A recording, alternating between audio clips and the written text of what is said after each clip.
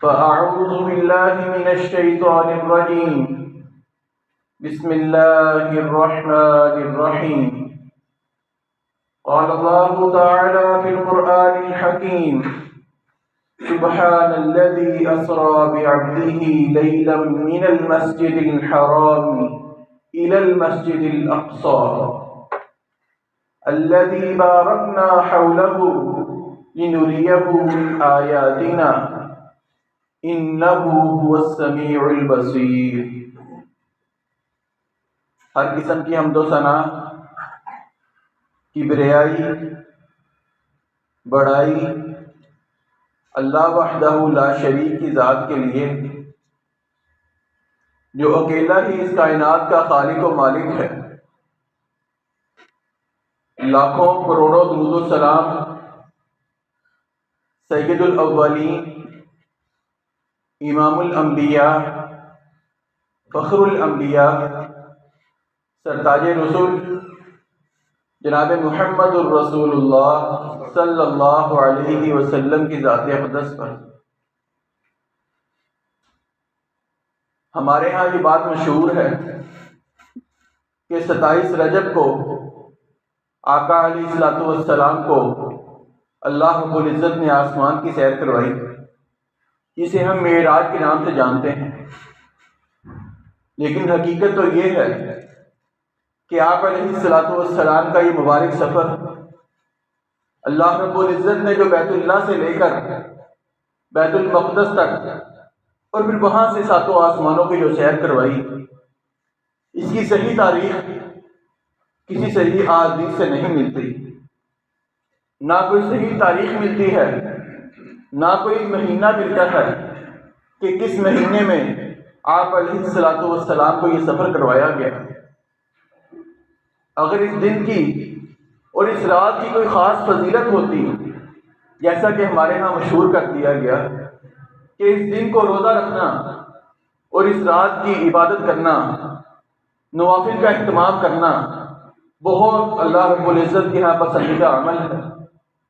اگر یہ حقیقت ہوتی تو ضرور آقا علیہ الصلوۃ والسلام معراج کے بعد والے سالوں میں اس رات کا اہتمام کرتے نظر آتے ہیں. لیکن نہ آقا علیہ الصلوۃ والسلام نے کبھی اہتمام کیا، نہ آپ کے اصحاب نے، نہ آپ کے ازواج مطہرات نے کبھی ایسا کام کیا، بلکہ اس کے بعد کبھی اس بارے میں بات تک نہیں کی گئی کہ یہ معراج کس تاریخ کو کروایا گیا. ہمارے ہاں 27 رجب کو مشہور ہے، لیکن یہ بات درست نہیں. آج کے خطبہ جمعہ میں ہم آقا علیہ الصلوۃ والسلام کے معراج کے سفر کی بات کریں گے کہ وہ سفر آقا علیہ الصلوۃ والسلام کو کس انداز سے کروایا گیا اور اس میں آقا علیہ الصلوۃ والسلام کو کون سے تحائف دیے گئے. معراج کے 2 حصے بنتے ہیں. ایک حصہ جس کو قرآن کریم نے اسراء کا لفظ استعمال کیا، بیت اللہ سے لے کر بیت المقدس تک، مسجد اقصیٰ تک جو آپ کو لے کے جایا گیا، اس کو اسراء کہتے ہیں. اور آگے مسجد اقصیٰ سے لے کر آقا علیہ الصلوۃ والسلام جب آسمان پر گئے، اس کو معراج کہتے ہیں. اور یہ بیت اللہ سے لے کر بیت المقدس تک کا سفر اس زمانے میں 40 دنوں کا سفر ہوا کرتا تھا. لیکن اللہ رب العزت نے قرآن کریم میں بیان کیا کہ رات کے کچھ حصے میں اللہ رب العزت نے یہ سفر کروا دیا. اور اللہ رب العزت کا یہ قاعدہ ہے، جہاں کوئی بہت بڑا واقعہ بیان کرنا ہو جو انسانوں کی عقل کے مطابق نہ ہو، اللہ رب العزت وہاں سبحان کا لفظ استعمال کرتے ہیں کہ اللہ رب العزت تمام شک و شبہات سے پاک ہے. انسان کی عقل نہیں مانتی، اللہ رب العزت ایسی باتوں پہ کرنے پر قادر ہے. اسی لیے اللہ رب العزت نے یہاں بھی فرمایا سبحان الذی اسریٰ بعبدہ، وہ پاک ذات جس نے اپنے بندے کو رات کے تھوڑے سے حصے میں سفر کروا دیا. اور یہ سفر آقا علیہ الصلوۃ والسلام کو جسم مبارک کے ساتھ، روح کے ساتھ کروایا گیا. نہ کہ صرف آپ کو خواب کے اندر سیر کروائی گئی، بلکہ آپ علیہ الصلوۃ والسلام نے اس کا مکمل واقعہ بیان کیا. آپ بیان کرتے ہیں جب میں معراج سے واپس مکہ میں آیا، میں اس بات سے پریشان تھا کہ مکہ والے میری بات پر ایمان نہیں لائیں گے، اس بات کو مذاق سمجھیں گے۔ وہی ہوا۔ آپ علیہ الصلوۃ والسلام ایک دن تشریف فرما ہے، ابو جہل آیا، آ کر کہنے لگا کیا کوئی بات بتلانا چاہتے ہو؟ آپ نے فرمایا جی، میں کوئی ایک واقعہ سنانا چاہتا ہوں۔ کہا سناؤ۔ کہا راتوں رات میں نے بیت اللہ سے لے کر بیت المقدس تک سیر کی ہے، پھر آسمانوں پر گیا ہوں اور آسمانوں سے واپس میں مکہ میں واپس آ گیا ہوں۔ آگے سے ہنسنے لگا، کہنے لگا اگر میں مکہ والوں کو بلاؤں کہ آپ یہ بات ان کے سامنے کریں گے؟ آپ نے فرمایا میں کروں گا۔ اس نے اپنے رواج کے مطابق آواز دی، قبیلے والے اکٹھے ہو جاتے ہیں۔ آپ علیہ الصلوۃ والسلام سے پھر سوال کیا گیا، آپ نے کہاں کی سیر کی ہے؟ آپ نے فرمایا میں مسجد اقصیٰ میں گیا، پھر وہاں سے بیت اللہ اوپر گیا، آسمانوں کی سیر کی، میں نے انبیاء علیہ الصلوۃ والسلام سے ملاقات کی، جنت کا نظارہ دیکھا، جہنم کو دیکھا، اور پھر میں واپس مکہ میں آ گیا۔ وہ لوگ ہنسنے لگے، لیکن ان لوگوں میں کچھ ایسے لوگ بھی تھے جنہوں نے مسجد اقصیٰ کو دیکھا ہوا تھا۔ وہ سوال کرنے لگے، کہا اے محمد صلی اللہ علیہ وسلم، اگر ہم مسجد اقصیٰ کے بارے میں آپ سے سوال کریں کیا آپ جواب دے سکتے ہیں؟ کہا فرمایا میں دے سکتا ہوں۔ آپ علیہ الصلوۃ والسلام نے بیان کیا، وہ لوگ مجھ سے سوال کرتے چلے گئے، میں جواب دیتا چلا گیا، حتیٰ کہ کچھ چیزیں میرے اوپر بوجھل ہونے لگی، مجھے مشکل کا سامنا کرنا پڑا، لیکن اللہ رب العزت نے بیت المقدس کو، مسجد اقصیٰ کو میرے بالکل سامنے کر دیا، گویا کہ میں اپنی آنکھوں سے دیکھ رہا ہوں۔ پھر جو سوال مجھ سے کیا گیا میں نے اس کا جواب اس کو دیا، اور پھر مکہ والے حیران ہو گئے، تعجب کا اظہار کرنے لگے اور کہنے لگے اللہ کی قسم یہ بندہ تو صحیح بات کر رہا ہے، مسجد اقصیٰ کا بالکل یہی نقشہ ہے جو اس بندے نے بتلا دیا ہے۔ لیکن مشرکین مکہ نے ایمان پھر بھی نہیں لایا۔ آپ نے اس کی مزید تفصیل بیان کی، مسند احمد کی روایت ہے۔ آپ علیہ الصلوۃ والسلام فرماتے ہیں میں بیت اللہ میں موجود تھا جو حتیم کا حصہ ہے، میں حتیم کے اندر لیٹا ہوا تھا، رات کا وقت ہے، جبرائیل علیہ الصلوۃ والسلام میرے پاس آتے ہیں، آ کر میرا سینہ مبارک چاک کیا، اور صحابی بیان کرتے ہیں کہ آپ علیہ الصلوۃ والسلام نے اشارہ کیا، میرے حلق سے نیچے سے لے کر میری ناک تک کے حصے کو چیرا گیا، پھر میرے دل کو نکالا گیا، ایک دشت جس کو اللہ رب العزت نے سونے کا بنایا تھا اور اس کے اندر ایمان اور حکمت بھری ہوئی تھی، میرے دل کو اس دشت کے اندر رکھا گیا، اس ایمان سے دھو دیا گیا، پھر میرا دل جبرائیل علیہ السلام نے واپس ڈال دیا، پھر مجھے بتلایا گیا آپ کو سفر کروانا ہے، ایک سواری لائی گئی، آپ علیہ الصلوۃ والسلام نے بیان کیا کہ وہ سواری گھوڑے سے چھوٹی تھی اور گدھے سے بڑی تھی، فرمایا وہ براق سواری تھی جس کے بارے میں آقا علیہ الصلوۃ والسلام نے بیان کیا، اس سواری کو کھڑا کیا گیا، میں اس کے اوپر بیٹھنے لگا، وہ سواری ہلنے لگی، جوش مارنے لگی، جبرائیل علیہ السلام نے اس کو دھکا مارا، اس کو جھڑکا اور کہا اے براق تو آقا علیہ الصلوۃ والسلام کی ذات کو جانتی ہے؟ یہ وہ سواری ہے، یہ وہ ہستی ہے جس سے پاکیزہ ہستی اللہ رب العزت نے دنیا میں پیدا نہیں کی، اس نے تیرے اوپر سواری کرنی ہے اور تو جوش مار رہی ہے۔ آپ علیہ الصلوۃ والسلام نے فرمایا وہ براق سواری پسینوں پسینی ہو گئی اور سہم کر اپنا منہ نیچے کر کے کھڑی ہو گئی۔ پھر آپ نے فرمایا میں اس کے اوپر سوار ہوا اور تحد نکاح تک اس کا ایک قدم ہوتا تھا، حتیٰ کہ میں بیت المقدس میں پہنچ جاتا ہوں۔ وہاں وہ ایک جگہ تھی جہاں انبیاء علیہ الصلوۃ والسلام اپنا جانور باندھا کرتے تھے، میں نے وہاں پر براق سواری کو باندھا، میں مسجد اقصیٰ کے اندر جاتا ہوں، دیکھا نماز کا وقت ہے، انبیاء علیہ الصلوۃ والسلام جمع ہیں، میں نے تمام انبیاء علیہ السلام سے ملاقات کی، نماز کا وقت ہوا، مجھے امامت کے لیے کھڑا کیا گیا، میں نے ان کی امامت کروائی، امامت کروانے کے بعد نماز سے فارغ ہوا، میری ملاقات، مجھے دجال بھی دکھایا گیا، مجھے جہنم کا فرشتہ بھی دکھایا گیا، میں نے ان کو بھی دیکھا، اور اس کے بعد آقا علیہ الصلوۃ والسلام کو 3 چیزیں پیش کی گئی۔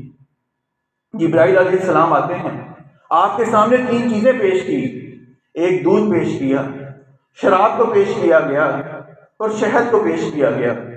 آپ علیہ الصلوۃ والسلام نے دودھ کو لے لیا اور دونوں چیزوں کو چھوڑ دیا۔ جبرائیل علیہ السلام بیان کرتے ہیں، آقا آپ نے فطرت کا انتخاب کیا ہے، اگر آپ شراب کو لے لیتے آپ کی امت بھی گمراہ ہو جاتی۔ پھر آپ علیہ الصلوۃ والسلام نے فرمایا، جبرائیل علیہ السلام مجھے لے کر نکلتے ہیں، آسمانوں کی طرف چڑھتے ہیں۔ پہلا آسمان آیا، دروازہ بند ہے، جبرائیل علیہ السلام نے دستک دی، اندر سے آواز آتی ہے، دروازہ کھٹکھٹانے والا کون ہے؟ جبرائیل علیہ السلام نے بیان کیا، میں جبرائیل ہوں۔ پوچھا ساتھ کون ہے؟ فرمایا آقا علیہ الصلوۃ والسلام ہیں۔ فرشتے نے سوال کیا، کیا اللہ رب العزت کی طرف سے اجازت ہے؟ کہا اجازت ہے۔ دروازہ کھولا گیا، پہلے آسمان پر آپ کی ملاقات آدم علیہ السلام سے ہوئی۔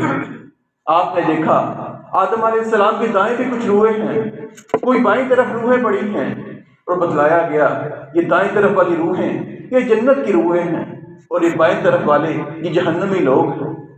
آپ نے آدم علیہ السلام کو سلام کیا، دوسرے آسمان پر چڑھتے ہیں، وہاں آپ کی ملاقات عیسیٰ علیہ الصلوۃ والسلام سے ہوئی اور آپ کے خالہ زاد یحییٰ علیہ السلام سے ملاقات ہوئی۔ آپ نے عیسیٰ علیہ السلام کے بارے میں بیان کیا، اتنے صفائی پسند تھے، اتنا میانہ روی والا ان کا قد کہ لگتا یوں تھا ابھی غسل کر کے نکلے ہیں، جو ان کی پاکیزگی کی حالت تھی۔ آپ نے سلام کیا، تیسرے آسمان پر چڑھتے ہیں، یوسف علیہ الصلوۃ والسلام سے ملاقات ہوئی اور آپ نے کہا یوسف علیہ السلام کو گویا اللہ رب العزت نے آدھا حسن دے دیا، آدھا حسن پوری کائنات میں تقسیم کیا گیا اور آدھا حسن سیدنا یوسف علیہ السلام کو دیا گیا۔ چوتھے آسمان پر ادریس علیہ الصلوۃ والسلام سے ملاقات ہوئی، پانچویں آسمان پر ہارون علیہ السلام سے ملاقات ہوئی، اور چھٹے آسمان پر جب موسیٰ علیہ السلام سے ملاقات ہوئی، موسیٰ علیہ السلام رونے لگے۔ ان سے پوچھا گیا آپ کس بات پر رو رہے ہیں؟ فرمایا یہ محمد صلی اللہ علیہ وسلم انبیاء میں سب سے آخر میں آئے ہیں، لیکن جنت میں سب سے زیادہ جانے والے ان کی امت کے لوگ ہوں گے۔ میں اس بات پر نہیں رو رہا کہ میں ان سے حسد کر رہا ہوں، صرف میں اپنی امت کے بارے میں رو رہا ہوں کہ میری امت سے لوگ جنت میں کم جائیں گے۔ ساتویں آسمان پر گئے، ابراہیم علیہ الصلوۃ والسلام سے ملاقات ہوئی اور آپ نے فرمایا میں اپنے دادا ابراہیم علیہ السلام سے شکل و صورت میں سب سے زیادہ مشابہت رکھنے والا ہوں۔ آپ کی شکل و صورت ابراہیم علیہ الصلوۃ والسلام سے ملتی تھی۔ اس کے بعد صحیح بخاری کی روایت میں آپ نے فرمایا مجھے سدرۃ المنتہا پر لے کر جایا گیا، میں نے وہاں پر پھلوں کو دیکھا کہ بڑے بڑے مٹکوں کی طرح کے وہاں اللہ رب العزت نے پھل پیدا کیے ہیں، وہ پھل کہ جن کے پتے ہاتھی کے کان کی طرح کے ہیں۔ میں نے وہاں پر 4 نہروں کو دیکھا، 2 نہریں جنت کی تھی اور 2 نہریں دنیا کی تھی، نیل اور فرات جس کا نام ہے۔ اس کے بعد آقا علیہ الصلوۃ والسلام نے فرمایا مجھے جنت کی سیر کروائی گئی، میں جنت میں گیا، جنت کے باغات کو میں نے دیکھا، جنت کے خیموں کو دیکھا، جنت کے گنبدوں کو دیکھا جو موتی سے بنے ہوئے تھے، اور میں نے نہر کوثر کو بھی دیکھا۔ جبرائیل علیہ السلام سے سوال کیا یہ نہر کس طرح کی ہے؟ فرمایا یہ آپ کو دی جائے گی، وہ نہر جس کے بارے میں اللہ رب العزت نے فرمایا انا اعطیناک الکوثر، فرمایا یہ نہر آپ کو دی جائے گی۔ پھر آپ علیہ الصلوۃ والسلام نے دیکھا کہ بیت المعمور بھی ہے، جو بیت اللہ کے بالکل اوپر ایک فرشتوں کی عبادت گاہ ہے، یہاں 70,000 فرشتے ایک دن میں عبادت کرتے ہیں اور دوبارہ ان کی کبھی باری نہیں آتی۔ آپ نے وہ منظر بھی دیکھا۔ اس کے بعد آپ علیہ الصلوۃ والسلام آسمان پر جب گئے، جنت میں جاتے ہیں، اللہ رب العزت سے ملاقات ہوتی ہے۔ آپ علیہ الصلوۃ والسلام کو نماز کا تحفہ دیا گیا، نماز کا تحفہ لے کر آپ واپس آتے ہیں۔ ابراہیم علیہ السلام سے ملاقات ہوئی، پوچھا کتنی نمازوں کا تحفہ ملا ہے؟ موسیٰ علیہ السلام سے ملاقات ہوئی، بتلایا 50 نمازوں کا تحفہ ملا ہے۔ فرمایا بنی اسرائیل کا تجربہ ہے، اتنی نمازیں نہیں پڑھ سکتے، آپ اللہ کے پاس واپس جائیے، اللہ رب العزت سے سوال کیجئے، نمازوں میں تخفیف کروائیے۔ آپ واپس جاتے ہیں، جانے کے بعد 10 نمازیں کم کر دی جاتی ہیں۔ آپ پھر آئے، پھر واپس جاتے ہیں، حتیٰ کہ 5 نمازیں باقی رہ جاتی ہیں۔ اور آپ علیہ الصلوۃ والسلام نے فرمایا کہ اللہ رب العزت نے فرمایا میرا حکم تبدیل نہیں ہوگا، جو انسان 5 نمازیں پڑھے گا اس کو اجر و ثواب 50 نمازوں کا ملے گا۔ اس کے بعد اللہ رب العزت نے سورۃ البقرہ کی آخری 2 آیات آپ کو تحفے میں نازل فرمائی، اور تیسرا تحفہ جو معراج پر آپ کو دیا گیا، آپ علیہ الصلوۃ والسلام نے فرمایا وہ شخص جو دنیا میں آتا ہے گناہ تو کرتا ہے لیکن اللہ کے ساتھ کسی کو شریک نہیں ٹھہراتا۔ انسان مجبوری میں ہے، رزق کا سوال کرنا ہے، اولاد کا سوال کرنا ہے، کسی غیر اللہ کے آگے اپنا سر نہیں جھکاتا، نظر و نیاز کسی اور کے آگے نہیں کرے گا، حتیٰ کہ کبیرہ گناہ کر لے گا شرک نہیں کرے گا، اللہ رب العزت نے فرمایا میں اس کے گناہوں کو معاف کرنے پر قادر ہوں۔ یہ 3 تحفے معراج پر آپ کو دیے گئے، 5 نمازوں کا تحفہ، سورۃ البقرہ کی آخری 2 آیات، اور ساتھ اس چیز کا تحفہ کہ جو شخص اللہ رب العزت سے ملے گا، کبیرہ گناہ تو کیا ہو لیکن شرک نہ کیا ہو، اللہ رب العزت اس کے گناہوں کو معاف فرما دیں گے۔ پھر آپ نے یہ بھی فرمایا کہ جنت کے اندر میں چل رہا تھا، مجھے کسی کے قدموں کی آہٹ سنی، میں نے پوچھا یہ کون ہے؟ بتلایا گیا یہ سیدنا بلال رضی اللہ تعالیٰ عنہ ہیں۔ وہ چلتے تو زمین پر ہیں لیکن جنت میں ان کے قدموں کی آہٹ سنائی جا رہی ہے۔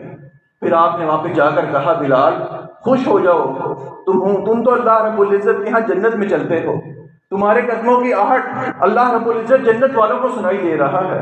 پھر آپ نے یہ بھی فرمایا کہ جہاں سے میں گزرتا فرشتوں کی جماعت کو دیکھتا تو مجھ سے ایک ہی بات کہا کرتے تھے، اے آقا اپنی امت کو جا کر کہو حجامہ لازمی کروایا کرو، حجامے سے علاج لازمی کیا کرو۔ آپ علیہ الصلوۃ والسلام نے فرمایا، سنن ابن ماجہ کی روایت ہے، مجھے فرشتوں نے یہ تلقین کی کہ اپنی امت کو جا کے یہ بتلا دینا۔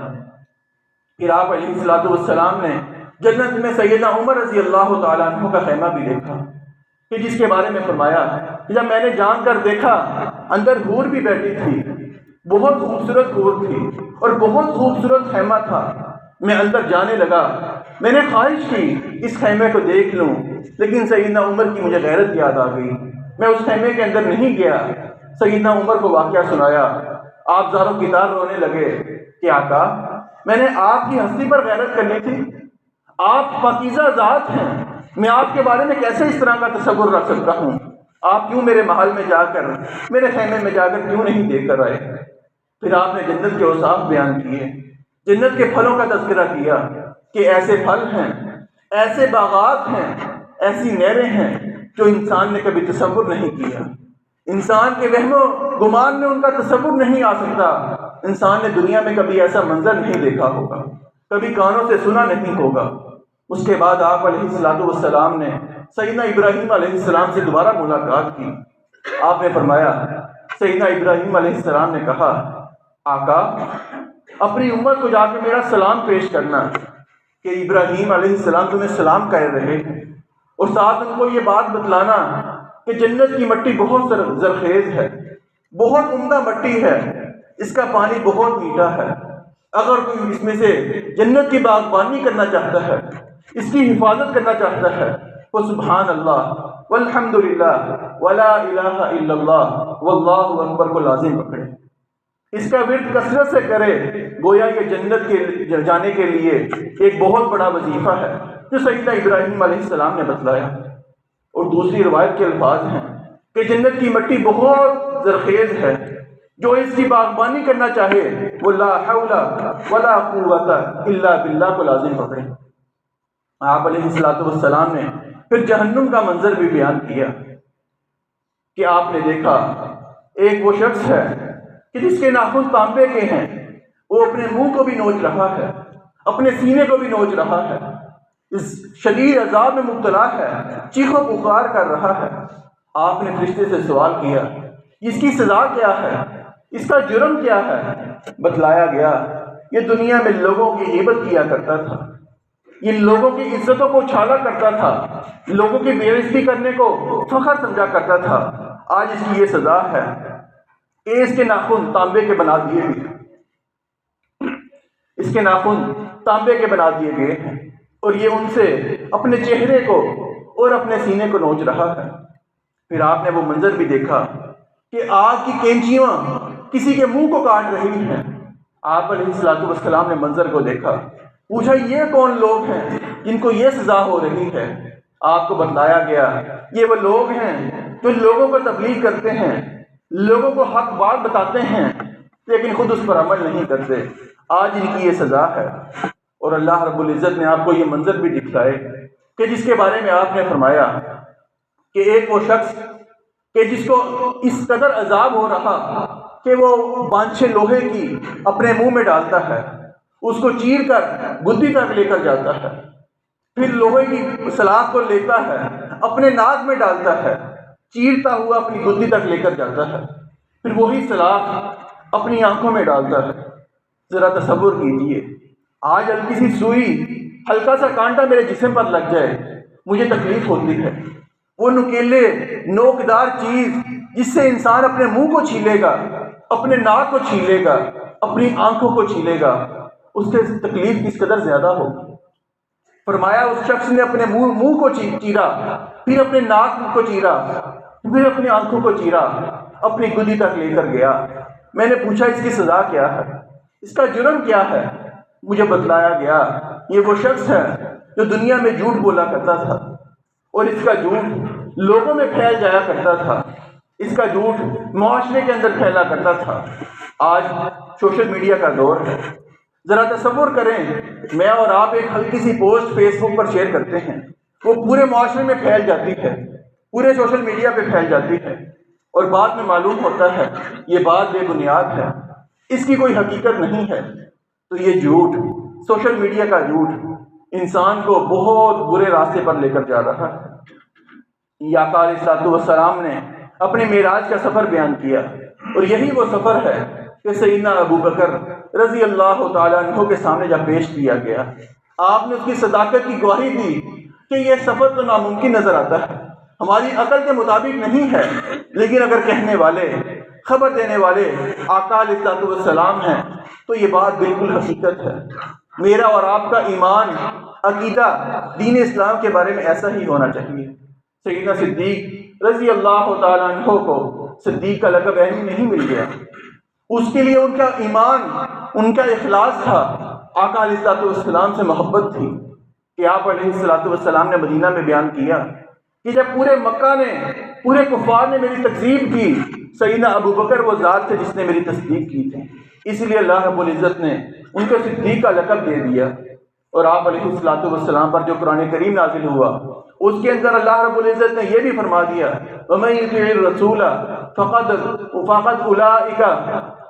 أُولَٰئِكَ مَعَ الَّذِينَ أَنْعَمَ اللَّهُ مِنَ النَّبِيِّينَ وَالصِّدِّيقِينَ، کہ جو اللہ رب العزت کے رسول کی اطاعت کرے گا، قیامت کا دن ہوگا، اللہ رب العزت انبیاء کے ساتھ ساتھ اس کو صدیق کی صف میں شامل کرے گا، صدیقین کے لوگوں کے ساتھ ملائے گا، اور صدیق میں سب سے پہلا لقب آقا علیہ الصلوۃ والسلام کے عظیم صحابی سیدنا ابو بکر رضی اللہ تعالیٰ عنہ کا ہے۔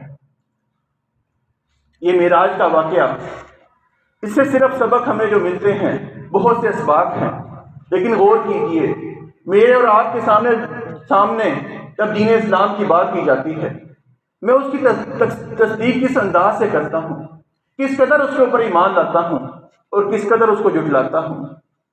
بحیثیت مسلمان، میں اور آپ جب بھی آقا علیہ الصلوۃ والسلام کو کوئی فرمان سنیں، میری سوچ کی مخالف ہو، میرے عقیدے کے مخالف ہو، میرے خاندان کے فیصلے کے مخالف ہو، مجھے اس کو ماننا چاہیے۔